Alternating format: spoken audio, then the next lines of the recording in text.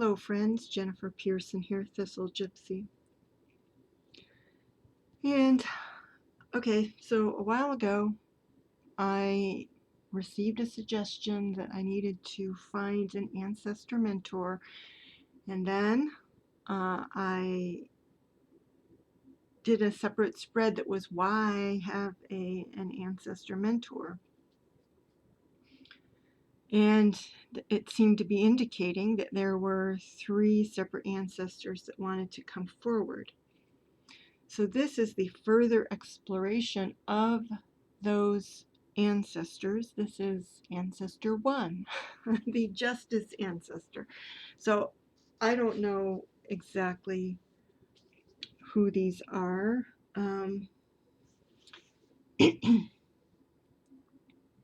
I need to look something up because as I started to look, well, as I was just meditating on this particular ancestor that was associated with the Justice card,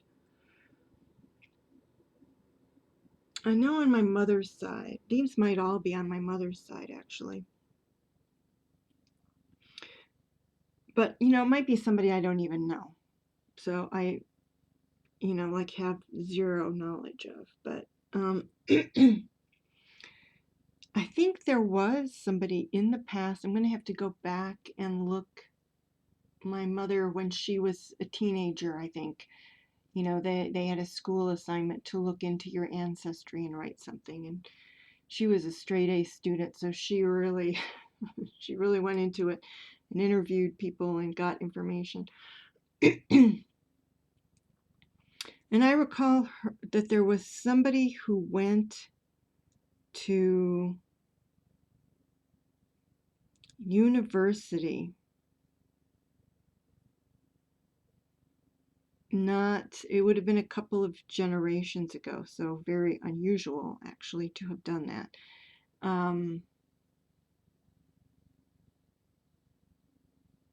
And it might have been, to be, something to do with the law, whatever the law was during that time. So I'm going to have to look at that.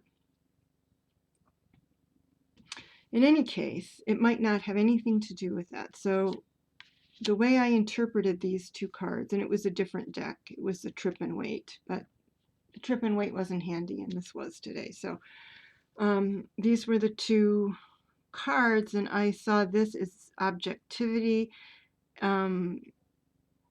counter to emotional coloring, to look at things objectively, to weigh things objectively. And so kind of, I don't know if it's the danger of emotional coloring that's going on here, just maybe weighing your emotions against perhaps compensation. Because this was the Justice card, I chose what I considered my most objective decks. The decks that wouldn't pull no punches, that would give it to you straight to get some messages. And those are the Everyman Tarot, which you'll see some of them here, and the Baseball Tarot. However, first I wanted to know more about who this person was. So I'm going to look at how this person wants to help me, some character cards about who this person was, then this person's experience with this issue, and then this person's, this ancestor's advice for me regarding such situations. All right, so first what I want to get into is this person's character. And so this is from the Shaman's Oracle, and we have the Spirit of Empowerment. And so I see this person as wanting to help me in this regard, that this is a person who in general likes to help people with these kinds of issues. Empowerment. So I'm going to read out of the Shaman's Oracle. Oh, and it turned right to it. And I've been having some of those experiences with the cards, like picking up the decks and just cards start flying out and stuff. So it says, I am the spirit of empowerment. I hold you in the palm of my hand and fill you with the determination and drive that allow you to successfully accomplish any task you undertake and overcome any obstacle that stands in your way. And you can actually see this in some of these other cards that come out. I bring you the energizing emotion of deep-seated self-belief, as opposed to, if we want to see this as doubts, then that is what's being combated. So that's interesting. And I'm all for that if somebody wants to help me with that.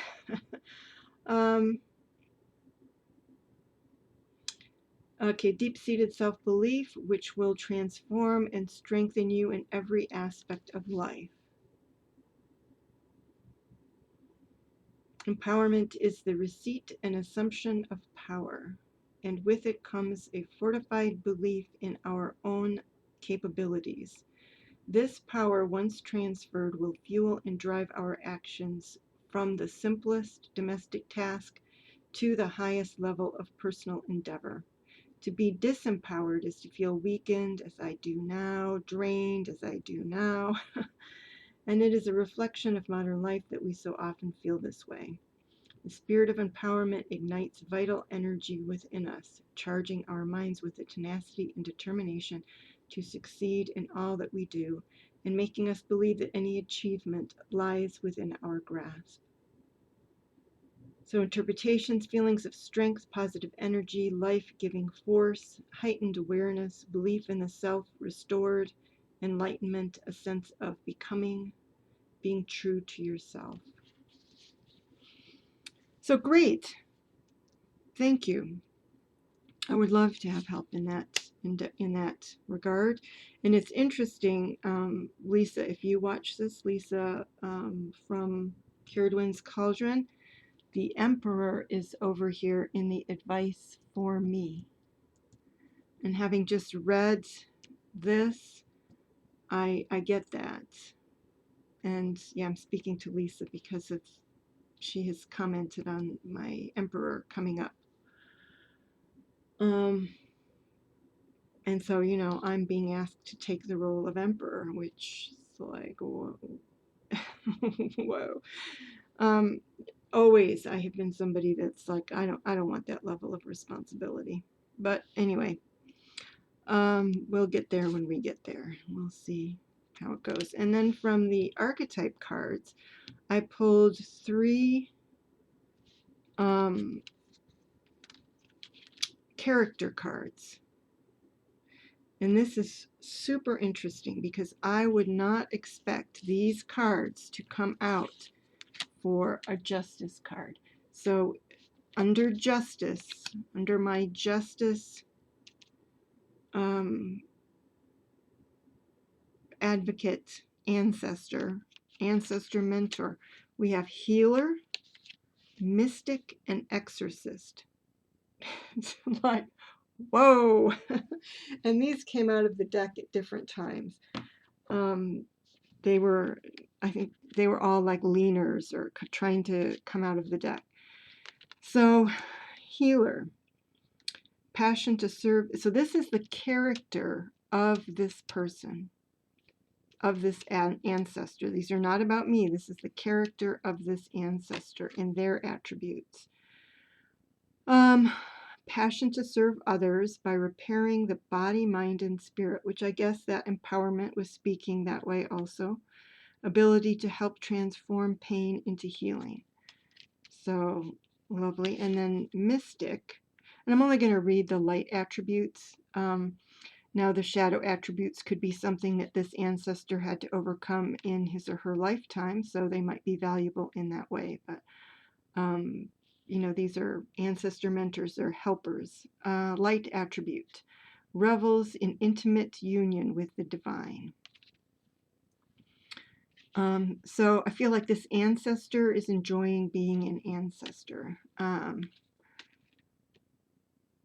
but also may have had a spiritual, might have been very spiritual within their lifetime.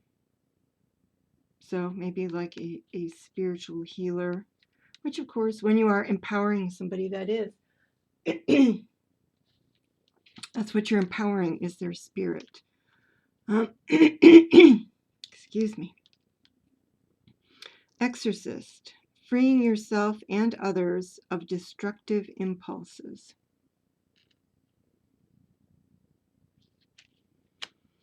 And this, certainly justice could be seen as an exorcist freeing society of destructive individuals.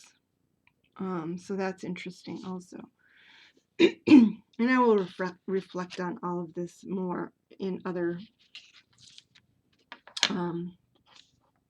not in other videos, on my own.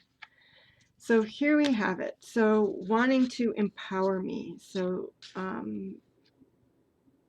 so that I'm not full of doubts here about whether to continue with things that I love. So that's how I'm interpreting this Four of Cups at this time.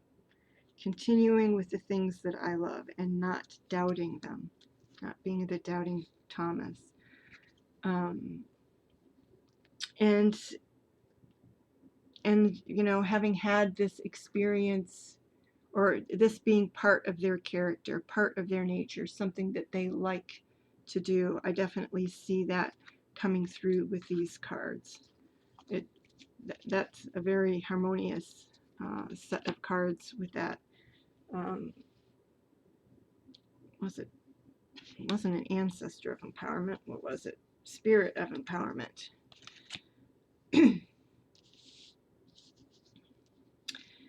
So I'm going to do first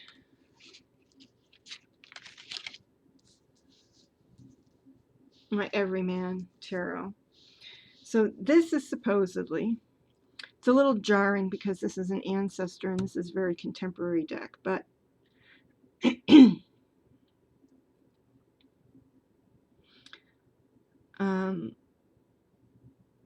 again, this is my most kind of objective, pull no punches kind of deck.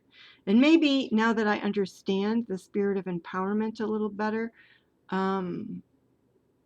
so I would see this less as justice as it is enfranchisement. But I felt like this was being objective, and so I went for my objectivity cards.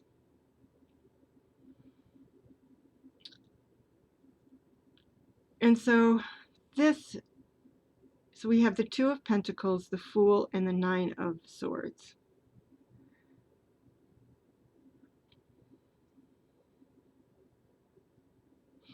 So I feel like this is, especially with ships in the background and ancestors, that this was a decision on whether to stay in the homeland. And there may not have been a crossing of oceans, but whether to stay in the homeland, I would say, like, since it has to do with Pentacles, staying with the status quo, the job that, you know, everybody in the family had, you know, not breaking with tradition versus breaking with tradition, because the next card is the Fool card. So this person in the past, you know, had to weigh those decisions and break with the past, and had to face a lot of anxiety and worry over doing that. So that's so essentially indicating that this is something that they've been through, and that's why they want to help. So that makes a lot of sense. Then the Ace of Bases. This is the, and again, this has a super good guidebook. I'm not going to go into it too much unless I have to. But Ace of Bases is, you know, step one would be Ace of Pentacles. So you've made it, you know, you've taken the first step or the first run for practical beginnings, making it around the track. So to me, this is like developing a skill or something, you know, or taking a journey. You know, this, you've made it this far on the journey. And it's interesting because then this ancestor made an embarrassing error. This is 5 of Mitts' error. Mitts is cups in this deck and indicates emotion. And this error is fumbling the skill, you know, so you would think you would be able to catch the ball. This is supposed to indicate the ball bouncing out of the mitt. A very embarrassing error. You let your team down over something that just shouldn't ever happen, kind of a thing. And your regrets over that. But then went on to home plate, 9 of bases. This could also indicate that somebody, that they took that step and then somebody else made an error and that allowed them to succeed. It could also mean that. And eventually on to MVP of bases. All right, and this is all practical accomplishments, which is interesting and made me wonder, and others made me wonder, other things that came out, whether this is all the same ancestor. So one of my other ancestors is the 9 of Pentacles. So we'll have to see if they, you know, if they distinguish themselves or if it all seems to be kind of about the same thing. So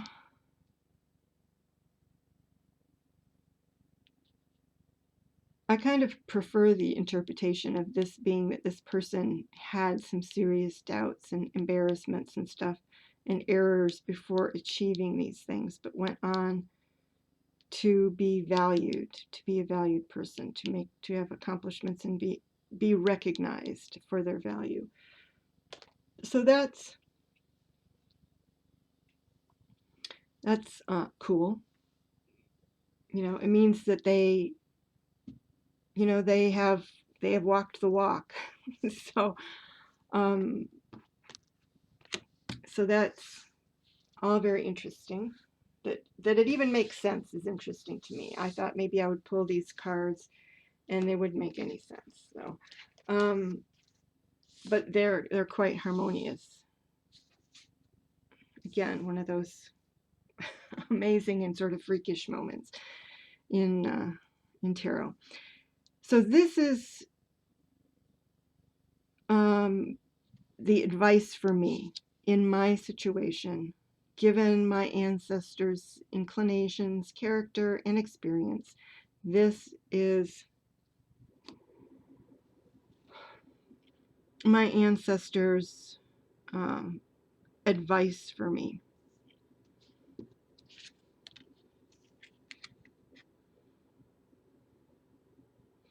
So the 7 of Swords, I mean, what came to me immediately when I saw this was take what you need and leave the rest. Here there's much less of a sense of stealing, because you don't see anybody else. He's looking back at them. But what instead we have here is a border, a wall.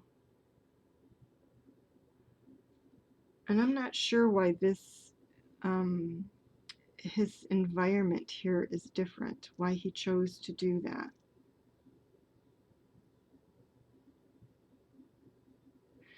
So in any case, he's on the borderlands. He's on the borderlands. And he's departing. Again, I feel like it's take what you need, take the ideas that you need, and leave the rest.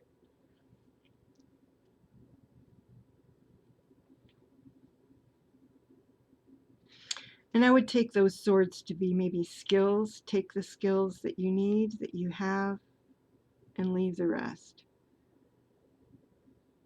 Might also be a warning, but not the traditional warning of, don't steal things, but the warning of looking back. So when you look back, just like with the, when you focus too much on this, you don't see this. If you've made your decision and you're walking away and you have, WXYZ, just don't look back, because that puts you in a precarious position. When you're carrying all of this, thinking that you need also this and this, puts you in a precarious position.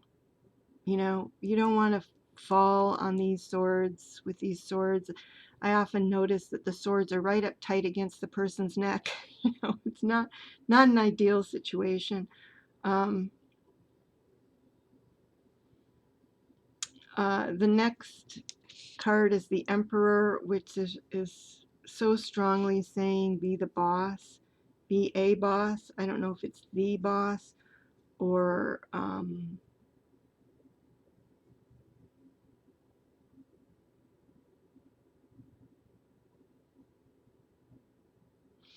there's certainly a sense of being lord over your own domain. I don't know what that means, if that indicates a professional arena or another arena. I'm not sure. And then the Page of Swords, which again is interesting because it also comes up.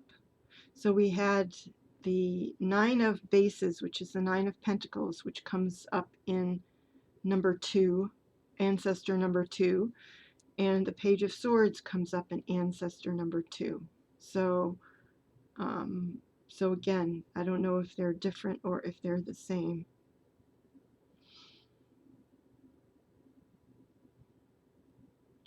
So let's take a look. Again, my big question is Emperor of what? Would be my big question. The Page of Swords, I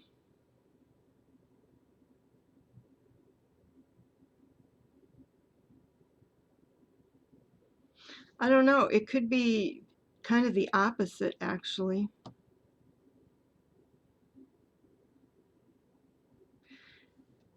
I mean, the advice could be asking me to take a swing at the Emperor, because that's the action that we see here, is preparing to take a swing at the Emperor.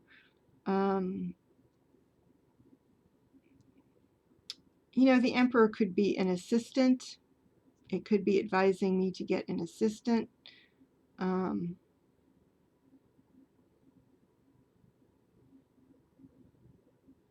Somebody to help out, to clear the way. Since pages are associated with news and messages, somebody to clear the way in terms of getting out the word, messages, communications.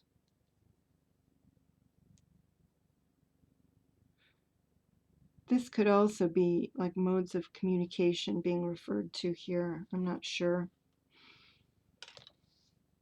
Again, I will explore that in greater detail at another time. And then this ancestor has very high hopes for me. Well, here's the assist. So I would say that this does have to do with being an assistant. So this is still part of the advice for me, this ancestor's advice for me. Look at that. This would be the star card, batting 1,000.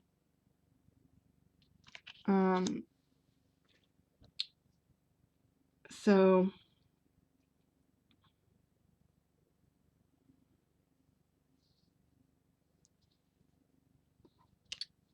and then the 12 of bases, because this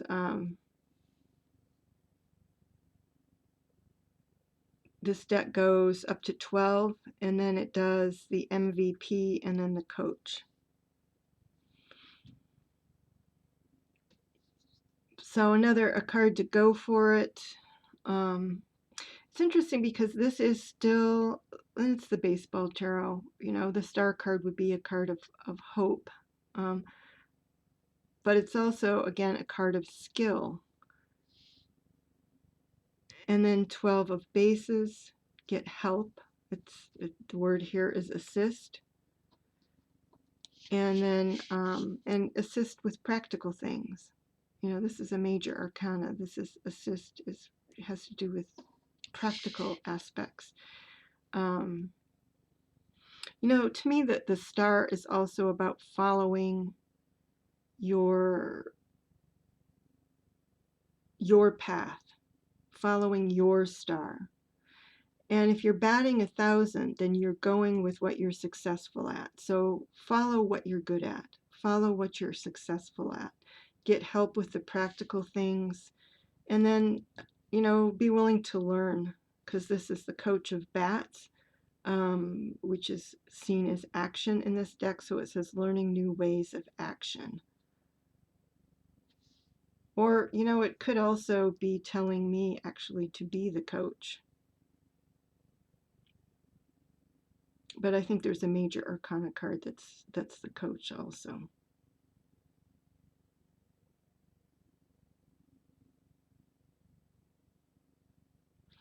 So interesting, a worthwhile exploration. And so I'm going to do that with the other two ancestors as well,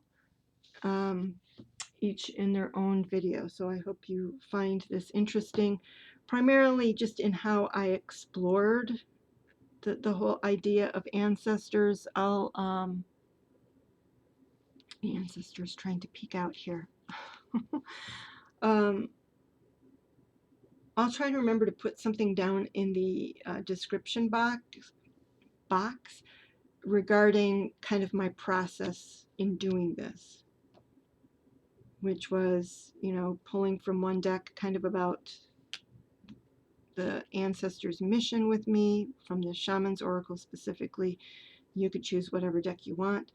And then some cards that elaborated a little on the ancestors' character.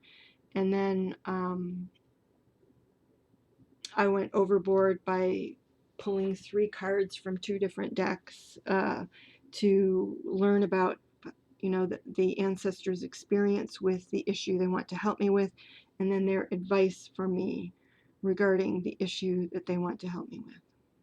All right, on to the next one. I'm sure that I will upload these. Well, I don't know. Maybe I will upload them one right after another. All right, take care. Bye-bye.